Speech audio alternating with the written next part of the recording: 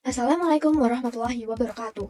Perkenalkan, nama saya Sabila Mudrika, mahasiswa Fakultas Vokasi Prodi Teknologi Informasi Universitas Brawijaya. Pada kesempatan kali ini, saya akan mempresentasikan hasil penelitian ilmiah saya yang berjudul Peran dan Kompetensi Front-End Developer dalam Pengembangan Web di Era Digital. Penelitian ini bertujuan untuk mengupas tuntas dari sebuah profesi yang menjadi arsitek utama dalam interaksi kita di dunia digital. Untuk memulai, mari kita bahas dari apa itu Front-End Developer. Menurut Lima Karya di tahun 2023, front-end developer adalah sebuah profesi yang bertanggung jawab untuk menciptakan dan mengelola tampilan antarmuka pengguna pada sebuah situs web atau aplikasi. Mereka yang memastikan user interface dan user experience pengguna menjadi lebih optimal. Baik, mari kita mulai dari latar belakang. Pengembangan teknologi digital meningkatkan kebutuhan website atau aplikasi yang responsif, interaktif, dan user-friendly. Oleh karena itu, front-end developer tidak lagi hanya mengatur tampilan atau user interface, tetapi berperan strategis menciptakan pengalaman pengguna atau user experience. Mereka ini dituntut menguasai berbagai skill, menggunakan framework modern seperti React, Vue, atau Next.js. Selain itu juga aksesibilitas, API, keamanan, dan formal yang dimana hal ini membuat tantangan mereka semakin besar, seperti kurangnya dokumentasi, perbedaan tampilan device atau perangkat, dan keterbatasan aksesibilitas. Nah, disinilah letak masalah utamanya. Masih banyak yang belum paham betapa kompleksnya peran ini, baik di kalangan masyarakat umum, praktisi baru, maupun institusi pendidikan itu sendiri. Kesenjangan pemahaman inilah yang menjadi fondasi dari penelitian saya. Dari latar belakang tadi, muncullah 3 pertanyaan utama yang ingin saya jawab. Pertama, bagaimana sebenarnya peran mereka di era web modern ini? Yang kedua, bagaimana kompetensi yang dibutuhkan oleh front-end developer untuk menghadapi tuntutan di era digital ini? Dan yang ketiga, bagaimana tantangan yang dihadapi front-end developer dalam menciptakan antarmuka web yang optimal, responsif, dan interaktif. Dan tujuan dari penelitian ini adalah untuk memahami peran tersebut, mengidentifikasi kompetensinya, dan menganalisis tantangan yang ada. Penelitian ini diharapkan bisa memberikan 2 manfaat. Secara teoritis, kedepannya bisa memberikan kontribusi baru bagi ilmu front-end development dan memperkuat pemahaman tentang peran dan kompetensi front-end developer di era digital. Sedangkan secara praktis, semoga bisa menjadi panduan bagi para developer untuk terus berkembang dan juga menjadi bahan acuan bagi dunia pendidikan untuk menyusun kurikulum yang lebih relevan dengan kebutuhan industri saat ini. Sebelum kita masuk ke temuan saya, penting untuk melihat apa yang sudah dibahas oleh para peneliti sebelumnya.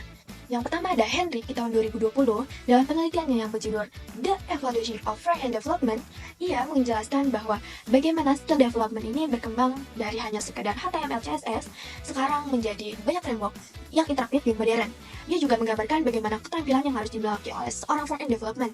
Mereka menekankan bahwa pemahaman UI UX juga kini bukan hanya dari tanggung jawab sebagai desainer, tapi menjadi tanggung jawab dari seorang front-end developer. Montanberg juga menjelaskan dalam artikel yang berjudul Leveraging Front-End Development, Embrace Micro UI Architecture with Cloud Integration, yang menyoroti transformasi penting dalam praktik pengembangan front-end modern dan membahas tentang tren yang lebih canggih lagi, yaitu arsitektur micro UI dan integrasi cloud yang menunjukkan pentingnya kolaborasi tim dalam workflow yang cepat. Tak kalah penting, Montanberg di tahun 2021 dalam studi lainnya, ia berjudul What skill do IT companies look for in new developer, a study with Stack Overflow job? Ia juga menjelaskan bahwa perusahaan kini mencari developer dengan soft skill yang tinggi seperti kemampuan kolaborasi dan komunikasi. Nah, dari sini terlihat kan kesenjangannya. Kebanyakan penelitian membahas hal ini secara global saja dan belum banyak studi yang fokus pada konsep developer di Indonesia. Sekarang, mari kita perdalam beberapa konsep kuncinya. Yang pertama ada front-end developer. Front-end developer pada dasarnya adalah penghubung antar desain visual dengan pengalaman pengguna yang interaktif. Nah, seorang front-end developer ini pada dasarnya adalah penerjemah. Mereka menerjemahkan bahasa desain visual menjadi sebuah pengalaman interaktif yang bisa kita rasakan. Mereka harus memastikan desain yang dibuat itu responsif, bisa digunakan oleh semua perangkat, seperti di laptop, desktop, layar handphone, tablet, dan lainnya. Nah, selanjutnya ada kompetensi teknis. Untuk kompetensi teknis, selain dasar wajib seperti HTML, CSS, dan JavaScript, mereka juga perlu menguasai framework seperti React untuk membuat aplikasi yang modern. Mereka juga butuh tools seperti Git untuk kerja tim dan API untuk mengambil data. Seperti yang disebutkan dalam artikel Simplilearn tahun 2025, bahwa seperti Jamstack, itu juga menjadi hal yang penting untuk membuat sebuah website yang cepat dan aman. Namun, skill teknis juga tidak cukup. Untuk kompetensi non-teknis, Hidayati dalam penelitian mereka menemukan bahwa komunikasi dan kerja tim adalah kunci sukses sebuah proyek, bahkan seringkali lebih penting daripada kepemimpinan formal. Selanjutnya, ada tantangan pengembangan web. Untuk tantangan pengembangan web, mereka juga semakin besar, mulai dari masalah klasik seperti tampilan yang berada di setiap perangkat, keamanan, ancaman seperti XSS atau cross-site scripting, dan CSRF seperti cross-site request forgery, aksesibilitas yang ramah difabel, dan bisa digunakan oleh semua pengguna. Apa metode yang saya gunakan untuk penelitian saya saat ini? Saya menggunakan penelitian kualitatif deskriptif. Kenapa? Karena saya ingin menggali cerita dan makna yang lebih dalam di balik pengalaman para developer, bukan hanya sekedar angka. Seperti kata Sayer and Goodman tahun 2024, metode kualitatif deskriptif ini bertujuan untuk menggali makna di balik pengalaman manusia, dan menurut Merriam and Tisdale tahun 2019, pendekatan ini sangat cocok untuk memahami fenomena sosial yang kompleks dan dinamis, seperti dunia teknologi. Sumber data yang saya gunakan ada dua, data primer dan survei ke-13 frontend, dan data sekunder seperti karya Cassandra di tahun 2024 dan artikel UI di tahun 2021. Proses pengumpulan datanya untuk studi literatur saya gunakan platform seperti Google Scholar dengan kata kunci yang spesifik seperti front-end skill, web developer trend, digital interface design. Dan untuk survei yang saya gunakan, itu ada Google Form berupa soal pilihan ganda untuk mengidentifikasi kompetensi yang paling dibutuhkan dan tantangan di dunia kerja. Dan yang terakhir, itu ada analisis data. Nah, analisis data yang saya gunakan menggunakan metode content analysis dari Krippendorff tahun 2018 yang mendefinisikan ini sebagai sebuah teknis untuk membuat referensi yang valid dari teks ke dalam konteksnya.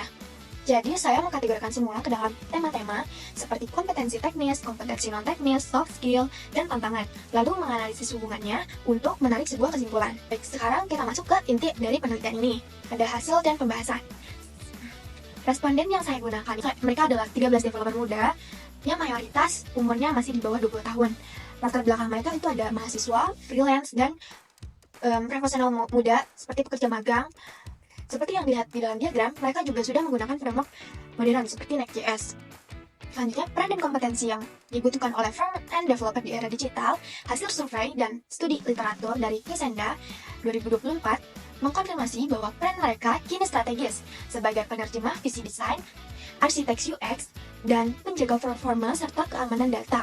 Dan untuk kompetensinya, selain skill teknis seperti framework, kit, dan API, temuan yang paling kuat di sini adalah responden setuju bahwa soft skill seperti komunikasi sama pentingnya. Ini menegaskan bahwa kemampuan teknis dan non-teknis harus berjalan beriringan. Sekarang, mari kita lihat tantangan dalam menciptakan antarmuka web yang optimal. Dalam grafik ini, menjelaskan bahwa yang pertama itu ada 84,6% suara adalah keamanan antarmuka ya. Ini bukan hal sepele, karena artinya developer kita sangat sadar bahwa satu celah keamanan di tampilan depan bisa berakibat fatal. Dan selanjutnya juga di urutan kedua, terdapat 61,5%. Nah, masalahnya itu ada pada performa dan kecepatan. Nah, ini juga adalah sebuah masalah di mana baik developer untuk menjaga website tetap ringan dan cepat. Plus utamanya itu developer modern bukanlah lagi sekedar membuat halaman yang cantik, tetapi halaman ini juga harus dibuat menjadi aman dan lebih cepat dan mudah tentunya untuk digunakan. Baik, langsung saja untuk penutup, izinkan saya untuk mengambil kesimpulan. Ada 3 kesimpulan di sini. Yang pertama itu peran front-end developer telah bertransformasi dari sekedar pembuat tampilan menjadi aktor yang strategis yang menjaga kualitas produk digital. Yang kedua ada kompetensi yang dibutuhkan bersifat ganda, di mana keberhasilan ditentukan oleh keseimbangan antara hard skill dan soft skill. Dan yang ketiga, tantangan utama mereka telah bergeser ke aspek fundamental seperti keamanan dan performa. Terkait saran, pertama, penelitian ini saya rasa jumlah respondennya masih kurang, sehingga saya harap untuk penelitian selanjutnya, saya sarankan untuk melibatkan lebih banyak responden dan juga menggunakan metode wawancara supaya pemahamannya juga lebih mendalam. Saya merekomendasikan untuk institut pendidikan untuk lebih menyesuaikan kurikulumnya dengan industri saat ini. Dan industri, saya harap memperkuat budaya kolaborasi dan dokumentasi yang baik untuk menjawab tantangan-tantangan yang ada. Dan ini adalah beberapa referensi utama yang saya gunakan untuk penelitian saya saat ini. Demikian presentasi yang bisa saya sampaikan. Saya harap penelitian saat ini bermanfaat bagi kita semua mengenai dunia development. Terima kasih banyak atas waktu dan perhatiannya. Wassalamualaikum warahmatullahi wabarakatuh.